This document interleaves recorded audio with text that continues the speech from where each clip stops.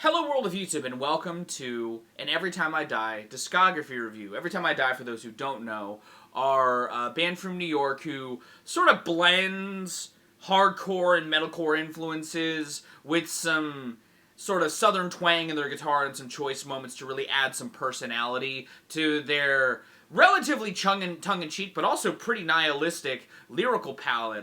These guys also broke up in 2021. Since then, I've been sort of clamoring to do a dive on this band's discography, because I've been a fan of them for a long time. I got into them like my senior year of high school when I was doing dives on various musical genres and just going further down the musical rabbit hole. And I really liked their sound. I just do think that it evolved into a much more interesting sound, and I think that they honestly have an interesting discography when looking at the best and worst from a personal perspective. I'm going to be ranking all 9 of their albums from worst to best, while also trying to give you a roadmap if you would like to get into Every Time I Die and get the fullest experience out of their discography. Not to say that that's necessarily a hard feat to do. If you like their sounds or if you like their inspo, you're probably going to dig a good core of their discography, but there's still some parts that I think are definitely weaker than others and could use maybe just a sort of side skirt, unless you're really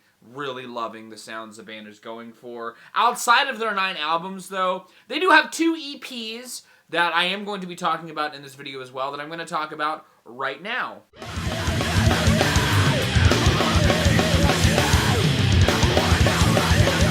Similarly to the Dillinger Escape Plan's debut EP, I think that the Burial Plot Bidding War is a really interesting look at this band's roots, but I think that, like that EP, the group in question just sort of evolved very quickly from some of the ideas on here with magnificent splendor. I don't necessarily hate the identity of this project. I don't hate the sonic palette with which they're working with. I know that it's their first EP and it's very raw, but I don't like Keith's vocals on here, and I think that like some of the other raw ideas production-wise just showcase a taste of this band that I'd rather have seasoned just a bit differently. Like The Emperor's New Clothes and Home Is Where You Hang Yourself are some pretty straightforward jams that I think are alright, but Prom Song is a sort of like plotting little number that I don't think uses their sounds all that well. And I think that songs like Your Touch versus Death and Morphine Season could just be left in the past. You know, there's some fun drum stuff on Morphine Season that sort of set it above some of the other parts of this little EP, but I don't like this EP very much. You know, I think that it's an interesting insight if you really want to go deep in the band's catalog, but I don't really think it's worth it, to be honest. Out of the 2 EPs, I think this one vastly sits below the other, and I think sits as like my least favorite thing in their discography. It's like 19 minutes long. It's a breezy little listen, but I don't think there's anything really worthwhile amidst that listen, to be honest.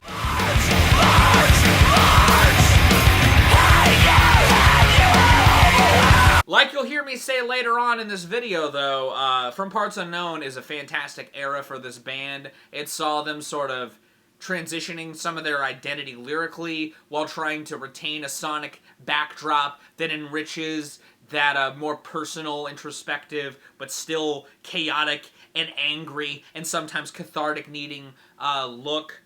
And Salem is sort of an extension from some of the sounds on there, with 4 songs that I think further extend an era that I really love with some choice tunes. Cheap Ludes feels amongst some of the other parts of that record that really go hard against oneself in a way that I can appreciate. It and Saturnalia were good enough to be put in the deluxe editions of From Parts Unknown, and I think they do, and I think Saturnalia also sort of embodies very much, especially the sort of internal side of it. You know, it sort of goes a little bit deeper on maybe the roots of problems in a bit more of a poetic way. But I think it has a great breakdown. It has some great guitars to lend to that sort of contemplative aggression. While a strange loop in that Tourette's cover are on the shorter side of the things on this EP, A Strange Loop at least acts as a slice of the peak of the early madness that Keith was trying to embody during his journey when writing from Parts Unknown. And that Tourette's cover is, like,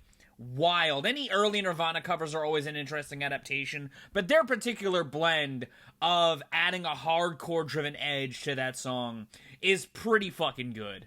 I feel like if you like From Parts Unknown and you've never listened to this EP, it's very much worth your time. There's some solid ragers on here. Those are my thoughts on their EPs. Let's go ahead and start talking about their records from worst to best, starting with...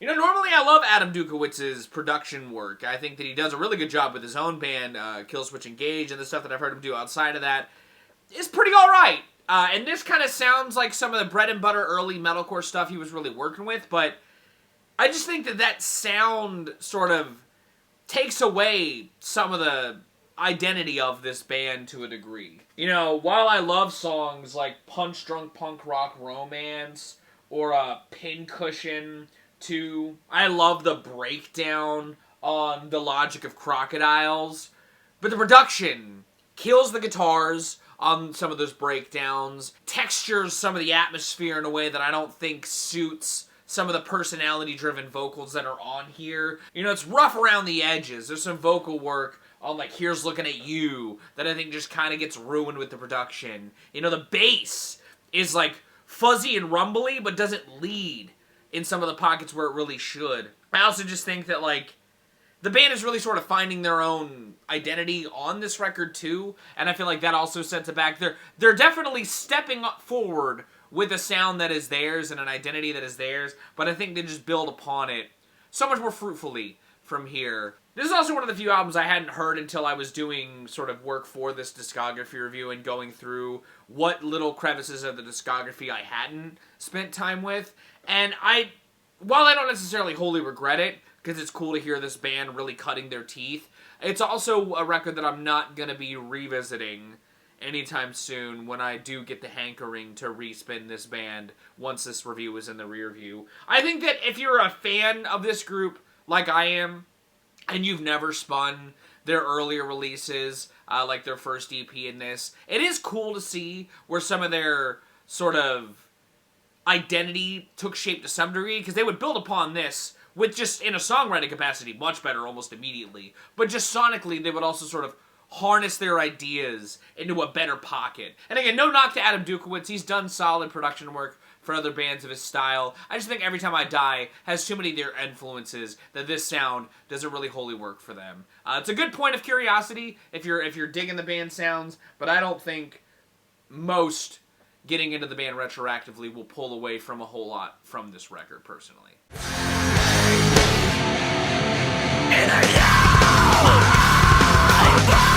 When I was getting into Every Time I Die, I downloaded the most recent album at the time, which was one that's much higher up on the list, and Gutter Phenomenon. And when I've been doing this look back and diving back into their discography, this is an album I held back on. Not because I necessarily don't remember it fondly, but I don't remember loving it as much as the other aforementioned album. And honestly, when doing the dive on the whole damn thing, Gutter Phenomenon ends up on the lower echelon, partially for a similar reason to their debut, but the songs collectively are better on Gutter Phenomenon. And there's some songs that I do still love going back to now, like Kill the Music. Great collaboration with Gerard Way. It's what got me to download the album in the first fucking place. And there's other songs on here that I think really capture that same kind of energy that their debut was championing when it comes to the tongue-in-cheek stiff. Like Bored Stiff and Easy Tiger. Easy Tiger is another fucking banger, though. I absolutely love the fierceness of that song. But songs like Gloom and How It Gets the Way or Tuscan Temper sort of embody my problems with the sounds on here. Tuscan Temper, especially considering where they were at just a year later after this, when sort of evolving from the cleanness on here, and where they would take some of their sounds in some of their later records, let their guitars just sound so much better and feel like they're not competing with their absolute assault on the senses that is the drum work on here. Like, I feel like the just fun runs on Gloom and How It Gets That Way should just sound so much clearer in the mix, and they're just so buried with everything. And honestly, I think the song that sounds the best with this production is Lastronaut. I've always loved the guitars on that song, and I think as far as, like, highlights that still stick with me, that is definitely another crowning one. But this isn't a record that I collectively think just has the right cooks in the kitchen, the right hands in the pot, so to speak. When looking into the conception of this record, they talked about sort of wanting to tap back into their debut's roots, because this is their first album since Hot Damn. And while I can definitely feel that, I just, again, don't think the band had fully even tapped into what they were cooking on Hot Damn. There's a depravity on that record and just an eloquence that I think just shines. But as far as being the weakest of their cleaner produced stuff, Gutter Phenomenon is what ends up on the bottom of that ranking. I think more so than Last Night in Town. I think this is a more morbid point of curiosity, because the songs that shine here shine fucking bright. And I think that, like, while the production is still a setback, it is a step above from their debut in a way that makes it a better release, in my opinion. Not a bad album, just within the context of the discography, far from the best. It's gonna get inside my heart. It's gonna get inside my heart. It's gonna get inside. While this feels like the beginning pivot towards more grounded sort of self-reflection that turns very nihilistic by the band's end, The Big Dirty should be seen as a still great release in the band's discography. This album, from a production perspective, is when the band finally sort of gets it, and to those wondering why Hot Damn is above this, it's mostly the songs. I think that the songs on here do a good job at painting this cold realism set within. Some of the catharsis on tracks like Pigs is Pigs, or even on the opener, No Son of Mine, really feel confrontational in a direct way, but I love how the band sort of creates this aggression around all of that. The guitar work on No Son of Mine is choice as hell, honestly. There's still a real, I don't want to say degenerate swagger, but there's a tongue-in-cheekness to this that definitely still feels like the band channeling their personality still, like on Werewolf, or on A Gentleman's Sport to some degree, but I like how a lot of that gets pivoted into a real place, like through Depressionista, a song that exemplifies what I really love about this band when it comes to the production really working well, and that's because the bass lead on that song is thick as fuck, and I love it! Cities and Years, honestly, with how unhinged that chorus gets, feels like at home with their later stuff. That's how good some of the stuff on here is, honestly. There's just a good cocktail within The Big Dirty that I think makes for a delicious experience for those that love what this band has going on. But again, like I said, especially with their debut, and what I'll say a little bit about the album above this, they build upon this just infinitely better. This is honestly the album I feel like I should have gotten instead of Gutter Phenomenon, even if it's just a step above, because I feel like this is a better rounding out of their ideas into just a better package that I think does fucking rip. I went back and forth between this and the album above it. This is that point in the video where I was conflicted. But I think ultimately, the difference in songs is what set this below that. But I think that if you like the band and you want a decent starting point, this isn't a bad one to get to start with and sort of work around their discography. Because it is the band evolving from trying to recapture the spirit of their early stuff, but doesn't quite lose sight of that to some degree. Love this thing. I think that it is a great album. I just also think that a lot of their discography is pretty fucking great.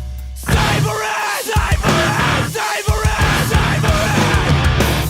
Savor it! Hot Damn songs really are that good, though. If I were to ever do a part 2 on my albums that I think need a remaster, Hot Damn is absolutely that. I honestly wish one of the last things this band did as a band was re-record this album with all new production, because the songs here, some of them, like, if this album sounded better, it would be like a couple notches higher on this ranking. I really love the music and the songs of this record. I just think it sounds not good. It sounds in sort of line with the band's early burgeonings. It's got this rawness to it that I think helps cement some of the seedy depravity in the lyrics shine, but there's a nuance to some of the songwriting that I think gets lost in some of that, in my opinion. Like, I think Godspeed Us to the Sea may be the best sounding song on the album, but there's other moments, like the breakdown on Off-Broadway, that I think smack, but could smack like an anvil in a Looney Tunes cartoon if this shit was just polished up a little bit. You know, sure, the vocals on Floater and how Keith just sounds, feel like at home with these really gritty guitars and shit like that. But you can't tell me Elaborama wouldn't sound better if it were just a bit more full in the mix. There's some stuff in the Tapestry that definitely adds to the density, but I think could just shine better. I'm sorry that a majority of my review of this is just going to be me sort of pointing out parts of the record that I think would sound better with a repolish, but that was my biggest takeaway when respinning this. This is the last album that I hadn't heard from the band prior to doing this review, but fuck! This shit just sounds so good on paper, I just want it to sound better actually. I feel like if you love some of the chaos steeped on records like New Junk Aesthetic, or especially some of the high energy on From Parts Unknown, and you want to see it really shining in their early years, Hot Damn is your place to go. While I don't think you may necessarily need to start with it, like maybe the Big Dirty, I do think that if you like the Big Dirty sound, or if you like some of the ideas from that, and you want to hear it just roar, Hot Damn. Great fucking album. Cannot believe this is their last album for 4 years before they really started to churn shit out, but they were cooking on here, dude. Where do you get off loving life as if it's not any of us any good? When it comes to the band sort of finding the perfect balance of their tongue-in-cheek swagger with their, I'll call it joyful nihilism or bright nihilism, to some degree, I want to look no farther than in the breakdown of The Marvelous Slut with a title like that. You know, it's got some real already humor sort of coded throughout it, but to have the line, if death's gonna come, it better come quick, throughout its breakdown, chef's kiss. It's just a moment that I feel like really clicks and get the band, while they've had this going on in their cocktail recipes up to this point, especially following the Big Dirty, that's a real moment between that and some of just the absolute perfection that are the sounds on this album. It is something that I'm happy to have made my jumping on point, but is also a really good album that I feel like if you aren't starting with the Big Dirty, you should absolutely start with. The production is better than everything they'd done prior. They closed the 2000s out with just a true, absolute, holistic smash. I also love that, like, the clean stuff just shines on here. Like, Wanderlust, absolute rock smash with a really intense chorus that I think sends it over the edge. And as far as taking that adaptation of Southern love and melding it with those hardcore ideas, tracks like Turtles All the Way Down have that harmony so well illustrated, while juxtaposing those moments with some just all-out intensity and ferocity. Like on the shorter tracks like The Sweet Life, or another one of my personal favorites, Organ Grinder. That song is intense as fuck. The guitars really stab with those punchy drums just so fucking well. I love that little 1-2 punch of that hardcore influence shining like on For the Record and White Smoke, which I think helped send the record into its back stretch magnificently. Like I said in the intro, the band has this evolution that just saw them topping themselves time and time again. And by and large, I think this is where a lot of that started. You know, they were really refining their ideas and just concocting these more and more interesting releases that, again, glad I started with this, but I think that it is also just a choice release by the by.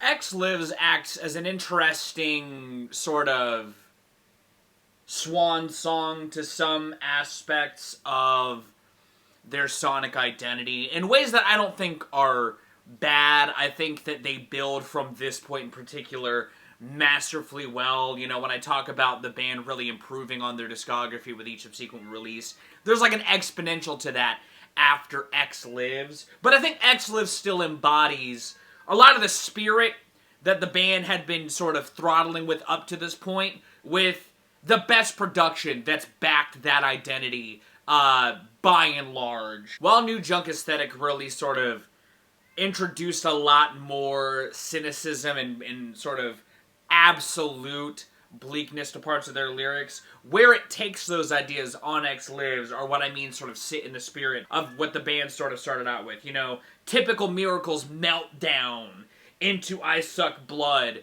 is this really great moment that embodies the closing of this first run of the record that is just pummeling the listener with hit after hit of aggressive, really hardcore driven tunes before Partying Is Such Sweet Sorrow sort of winds things down after that really well with this sleazy southern tinge jam that has all of the depravity scene on a record that I love, like Hot Damn, but puts it into the scope of work they're working with sonically in the now, I think, pretty well. I think it's this nice little pivot before pushing the listener back into just more madness with The Low Road Has No Exits. A fucking fierce whirlwind of a tune that I think feels like the last shot described in the song prior really taking its toll on the narrator of the project. While I'll still praise a lot of the sounds, the lyrical atmosphere of this just felt all the more interesting to revisit, because while I like X Lives, it's not a record that I respin to theirs as often as other ones higher up on the list. And it's partially because, again, this attitude is something that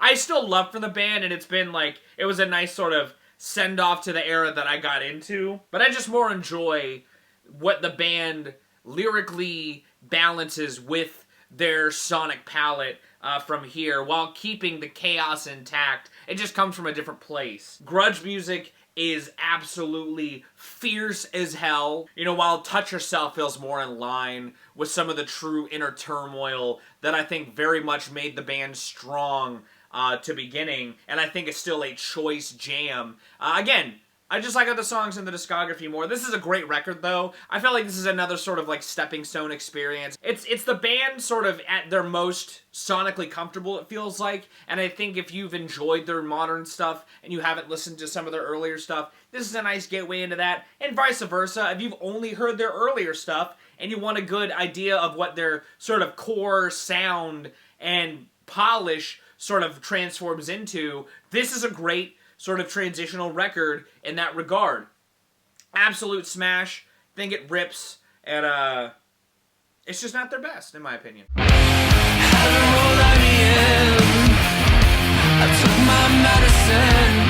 Keith Buckley's ebb and flow of fear and aggression in almost a fight-or-flight way, and how the band captures those emotions and concocts this just well-constructed cocktail of aggression is what fuels Low Teens and sets it at this point in the list. What all the records post from Parts Unknown on do well is take all of that sort of fun charm in the pockets of Keith Buckley's sometimes unhinged lyrical style and puts a nice twist on it that gives it that personality that I love about this band. But these three records all do different things with that feel more grounded and human. And I mean, the shit on here is very much aggression forward and takes the fight in fight or flight and puts it in the listener's mentality. That full portrait isn't lost either, while tracks like Fear and Trembling and C++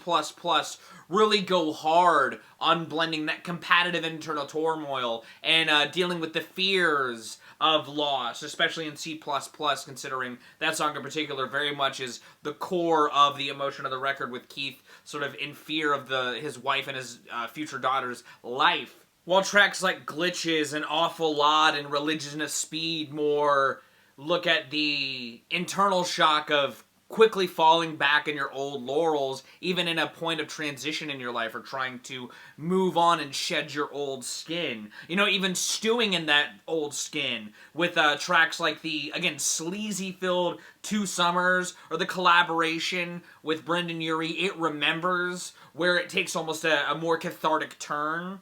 I really like this record a lot, don't get me wrong. Like, it being in the third spot above all this really showcases how their evolution turned into a much more interesting, honestly, in my opinion, forward band, that it's unfortunate didn't get to go for much longer as far as catalog release-wise, but I think what nuggets of this side they really showcased gave way to the reality that this band, because of their sort of spirit and their roots, just couldn't continue as life continued. But Low Teens is a great glimpse into some of that true darkness felt within Keith, as, you know, that would give way to even more, you know, less personal tendencies potentially, but how that personal touch that he did so well could transform into a much more mature but still very well eloquently written form of dealing with that.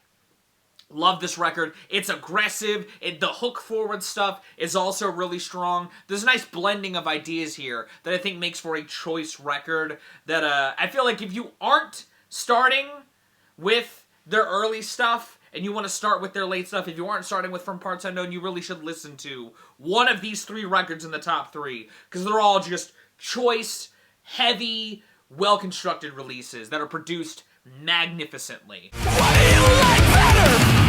I'll wear it for you! What do you know better? A record seemingly in the works for a long time, Radical feels like the rumination of stewed anger. You could definitely tell Keith was kind of done, it feels like, throughout some of the pockets of this record. There's a finality in the sense of wishing for the end of the world and accepting your own destruction, whether self-made or otherwise, that I think really feels like the heart of an artist wanting to leave. You know, especially since a lot of this band has continued to pillage on with other formative projects, with other dissolved band members. But I love this final message of desires of destruction that permeates throughout the fantastic Radical. I've talked to some people about this band that say that this is their best album, and I'd partially be inclined to agree if I didn't really love the personal self-reflection done on From Parts Unknown. But Radical takes a lot of what that record and X Lives was trying to concoct and just put it on a global scale with this incredible intensity backing it all. The fucking guitars on this record sound fierce as fuck. I've loved the production that they've been cooking with throughout the 2010s in general. I think that X Live sounds incredible, obviously, like I said, and the guitar's got a good bite. But everything on here just adds to the chaos. You know, the vocal stabs on Sly create this cacophony. Especially during the second chorus where it gives way to this just incredible fucking breakdown. That sleekness of Planet Shit giving way to the very hook-forward post-boredom is a really great mood, both acting as this pair of reaffirming the global scale of destruction the band is really firing with on here. It honestly also feels like a record of the times, especially in hindsight. It came out in 2021, you know, COVID was still really fresh, these apocalyptic feelings were very much permeating throughout the air, and makes the madness on All This in War and just very isolated feelings on Hostile Architecture and White Void feel all the more at home. And again, we're talking about the band evolving their sound and integrating their roots into a better harmony. It just reaches a really great peak on Radical. It's also one of the band's longest releases, and I think uses that time to really send the band off in splendor. Again, there's a real finality in parts of the lyrics where it feels like Keith was wanting to leave this band for a minute, and I'm glad that he got to have this swan song to end their whole catalog off on. I think this record is magnificent, and I absolutely think it is one of the better releases in its lane to come out this decade so far.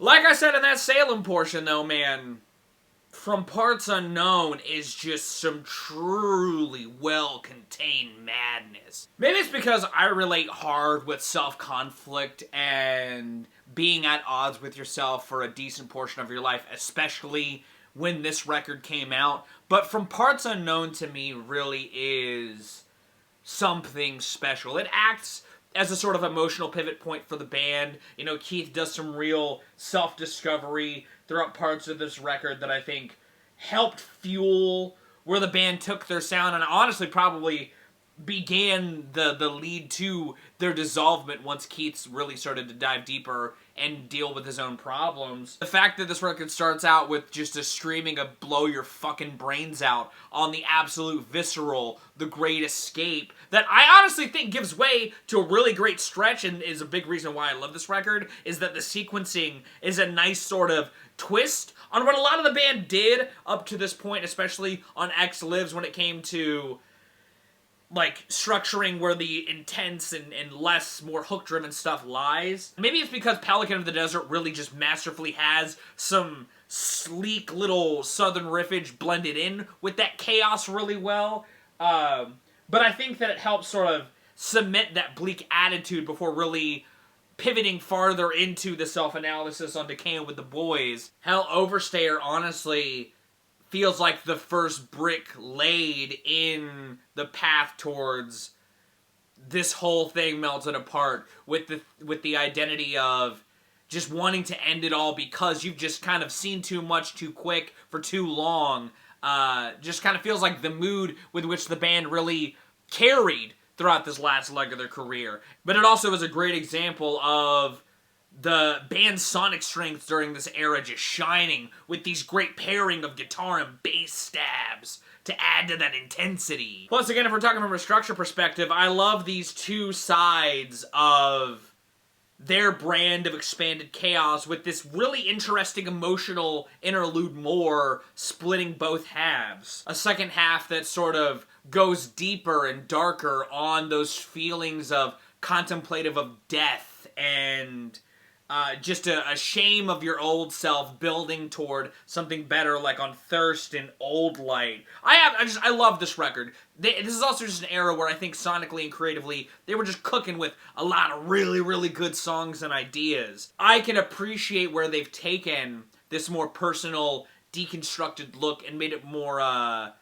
intimate and global from this point. There's just something really special about the incredibly real look that Keith took on himself lyrically, and I think the band sonically around that just made some pure magic that, again, made for more than enough material. But I think that From Parts Unknown may not be the best starting point, but it could be a starting point. If you don't really want to listen to some of the identity the band was cooking with before and you want to see sort of a look back at it with some maybe disgust, check out From Parts Unknown first, and then come around the discography. It, similarly to X Lives, I think is a good sort of transitional point. You know, if you listen to either era of theirs first, I'd recommend those two records be your sort of buffer between eras. But I love this album. It's my favorite, clearly. I think that it's a phenomenal blending of their ideas with some cool, fun stuff also thrown in there to make for a really fun listening experience that I still love. I love revisiting Snake more than any of the other records in the discography, which could also be why I wanted to put it here, but it's my ranking. Did you agree? Do you disagree? Let me know your thoughts on Every Time I Die, your favorite album, your least favorite album, some of your favorite songs, all that in the comments down below. Again, if you liked it, give it a like. If you want to see more, consider subscribing. I drop 2 to 4 vids a week depending on what I've got going on. We're chugging into April, and I got some fun stuff coming. So I hope you're excited for that. But I'm going to go up and fire rack. You guys have a good day. Lots of situations. I'll see you another day.